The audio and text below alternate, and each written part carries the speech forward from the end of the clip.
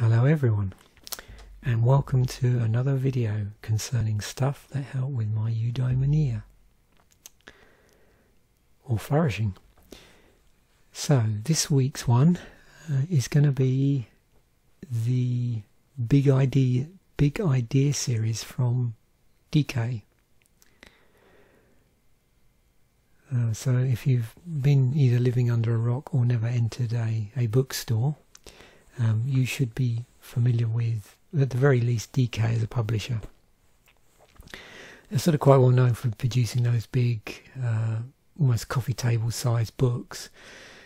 And one particular series of books that has helped me innumerably over the years in terms of just introducing me to new concepts and just generally enhancing and enriching, yeah, that's a good word, enriching my life and subsequently my flourishing. So the first DK Big Ideas book that I bought would have been this one, which is the philosophy book. The one I've got has got the orange cover on it, and you've seen that already. I think I featured it in possibly an episode already on philosophy. And not long after that, I bought politics book, the psychology book, and the religions book. And in terms of physical copies, I left it at that, really. At the time, these had initially came out in hardback. They are now available in paperback, and these are the paperback prices, and $25 Canadian is excellent value for money for these. I subsequently went on and did rebuy some of these digitally so I could read them on my Kindle, and we'll talk a bit about how they represent on the Kindle, because that's pretty important, I think, in the ebook era. And then I've given a couple of these as a gift to my wife. The two that spring to mind are the literature book and the movie book. And the literature book, well, actually both have already been read cover to cover, but the literature book has been absolutely devoured. Yeah, my wife produced a grand list off of this. Yeah, sat down just initially a whole weekend and literally produced a whole like reading list of stuff that she had read and stuff that she hadn't. So yeah, that was money well spent as a gift. I've also got that they do some of these in little miniature cut down versions. I do have a version of this, like a slimmed down version, like a little pocket size version, and I do also have a pocket size version of this. So let's have a look at how they represent as ebooks. Obviously they're slightly different on, say, an iPad, but I'm looking at these through the read.amazon.ca website, so you know, the sort of Kindle on the web, whatever they call that. So here's the ones that I have. You can see I rebought I think 3 of these here. Generally these often go on sale at massively reduced prices, and I think at least one of these I ended up paying something ridiculous for, like $1.99, or they weren't at all expensive. So yeah, keep your eyes open if you're interested in these books or have them already and you would like to get digital copies for whatever reason. Keep your eyes open, because sometimes these go on sale and they're massively marked down. I've just finished reading this one. This one is permanently on the go. I'm working through my physical copy of this, which is the version of this I have in the ebook version is identical in terms of the entries. It's quite possible there may be a newer version of this. But yeah, I'm working through this really slowly, a philosopher at a time. And I've been doing that for well over a year now, just one a week, and just doing a bit of reading around. The rest of these I just use as like a standard reference book, except for this one I did work through as well, this classical music book. I'm going to have a look at the literature one, sorry, the movie one, because that's got some nice images in it. So they all have a very similar basic form in that there's an introduction. Everything's split down into sections, so generally the books do go through chronologically, but I think there might be a couple of these which, for what for the reason of the subject matter, don't necessarily go through chronologically, but the movie book and the philosophy one certainly do. So you can see that they've sort of broken these down into convenient sections. And then when you actually get into the sections, you get this sort of red page, and then there's a bit of an introduction for that section. So this is an overall introduction, if you like. And then here we have a subsection and a subsection introduction with the timeline. And in terms of the differences between the books, this format is the same I found across all the different books, with these really useful timelines. Now when you get into the actual sections themselves, depending again on the book you've bought, you always get this, so they'll have some sort of tagline that they'll use.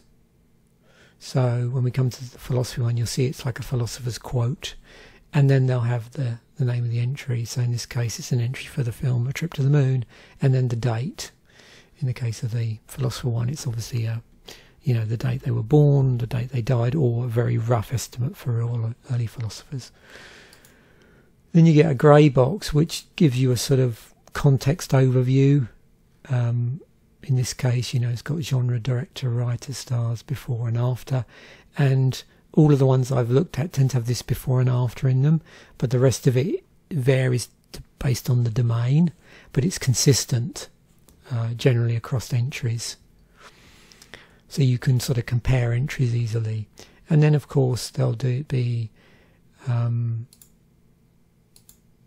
obviously these are generally summaries. Now the interesting thing with the movie book and other ones I've looked at, more recent entries, is they flow better in the ebook version than my original one, and you'll see in a moment the philosophy one. And then you normally get this box at the end which has, in this case it'll be directors of the films, and then also there's in here it's what else to watch, and it references other films. In this case these won't necessarily be in this book, but in the case of the philosophy one, the entries generally are in some capacity. Also, when you get to the end, there'll be like a whole list of honourable mentions normally of whatever subject they're talking about. And you can see, as you walk through these, very similar sort of structure. Now, I've not been through the whole of this one yet, but I know with the philosophy one, as you'll see, there's quite a bit of variability between the different entries, and I'll explain why when we get to the philosophy one if you haven't worked out why that might be already. But you can see the structure's basically the same. So let's have a look at, if I go back,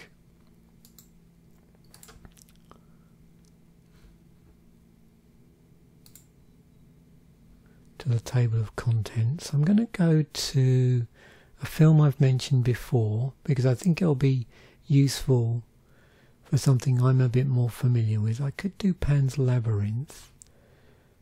I did see Blade Runner listed in here. There it is.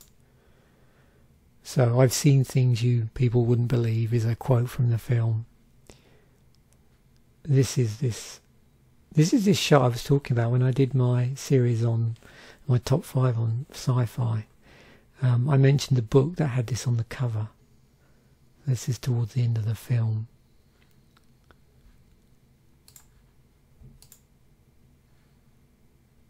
And you can see here we've got our box, genre, director, writers, stars, before and after.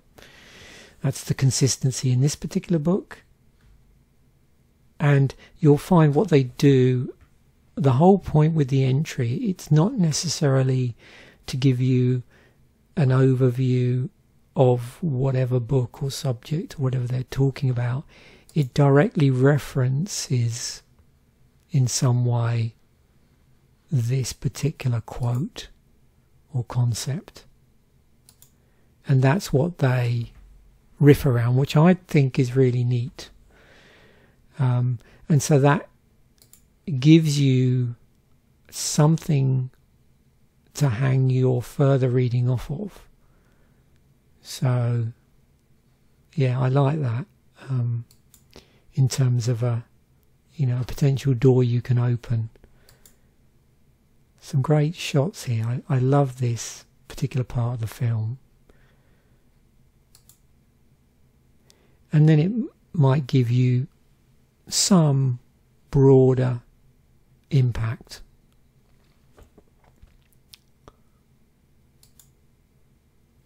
Also, there might be a secondary question that's brought up against the entry, like in this case is the obvious one is Deckard a replicant? And then it's got another nice shot. This is near the end, where you've got this wonderful sort of philosophical face-off between Deckard and Roy.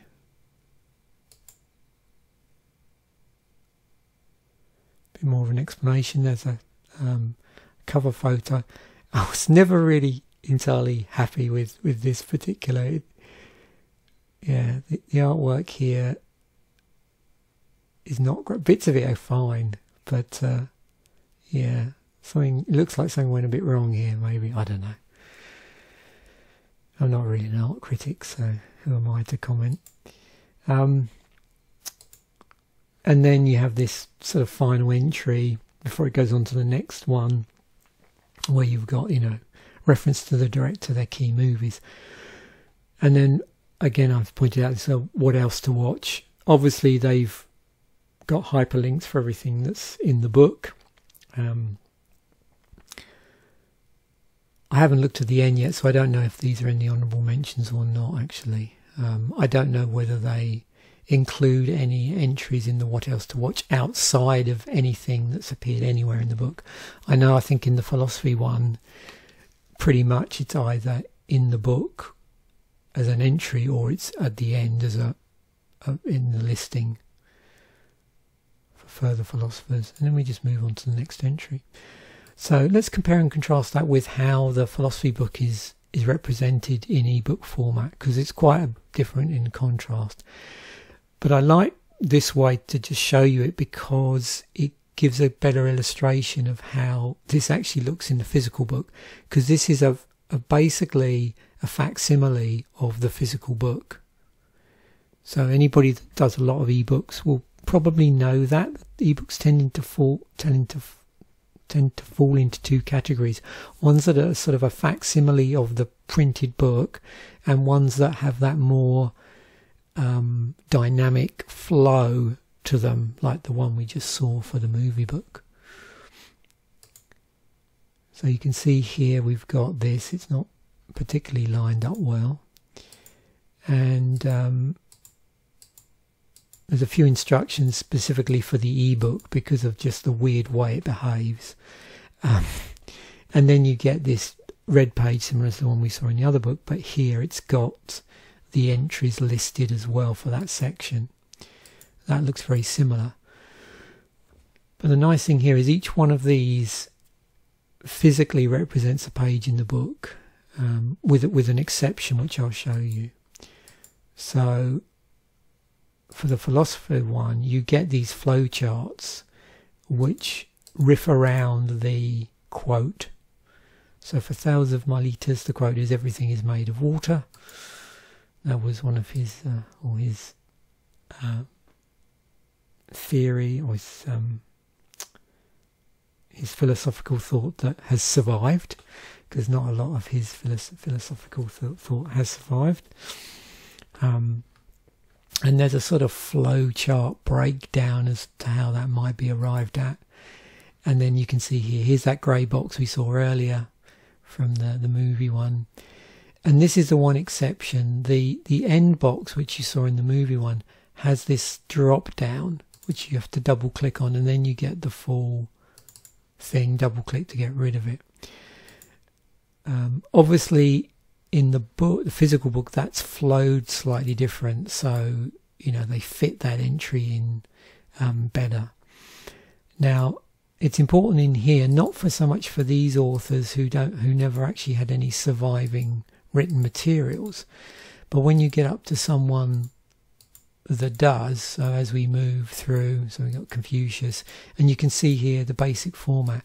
Now you'll notice for the various philosophical writers, the different entries may be short or long depending on how much work that they've produced, or how much of their, in the case of the earlier ones, how much of their actual material survived, how much we know about them. And that's true throughout the book. So you might find that the entry for, say, Hume, somebody like that, or Plato, is a lot longer than a philosopher that's maybe not so quite well known, or for whatever reason the concept that they're exploring in the book can be more succinctly explained, and there's no really surrounding information you need beyond that.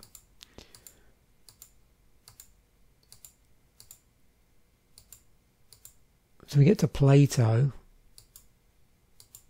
Everything you've seen so far, you notice that there's a lot more pages, and in here we get key works at the end. So they'll tack that on the end. Again, with the smaller entries, it's going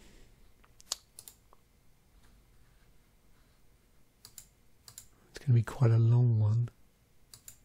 Yeah, you can see, yeah, here we go. This is, so for someone like Utsuji, sorry if I've mangled that, or Carnap, you can see the entries are a lot smaller.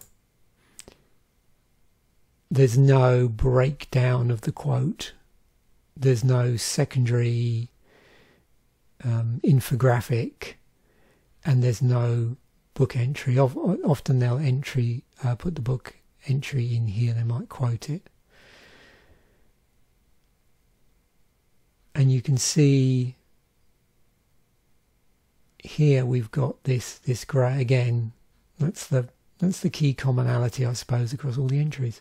So hopefully that gives you, a rough idea of how the books represent in ebook format. But also in the case of the philosophy book, it's a pretty good facsimile of what the book looks like, apart from that, that entry box, which is free-flowed and formatted slightly different in the physical book.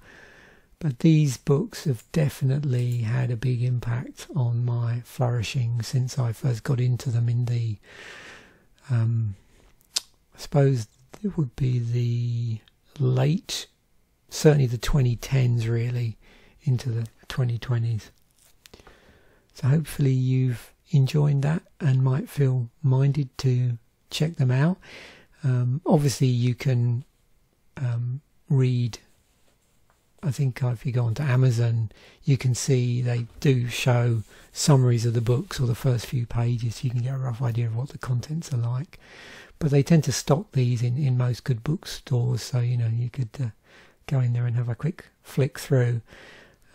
All of these I thoroughly recommend anyway, but this one, if you're interested in getting into classical music, is really good. Yeah, this was fantastic for that. They do some other interesting ones. There's while I'm in here, this is pretty interesting. It's not part of the series, but they do this history of, and there's a really good history of magic series as well.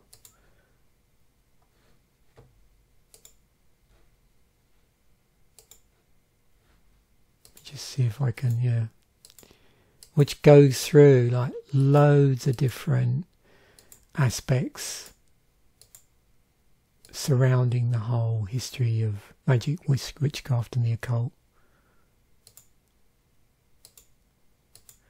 Like I said, that's not necessarily part of the series, but it's a similar size book. And again, I found the ebook version has got this sort of more modern flow to it. So although it's not a facsimile of the in paper edition, in some ways I actually prefer that because it's easier to read in a lot of instances, particularly on a paper white Kindle. I found this one to be a little bit of a struggle on my old school Kindle. Yeah, so thanks once again for watching. Bye for now, and I will see you in the next video.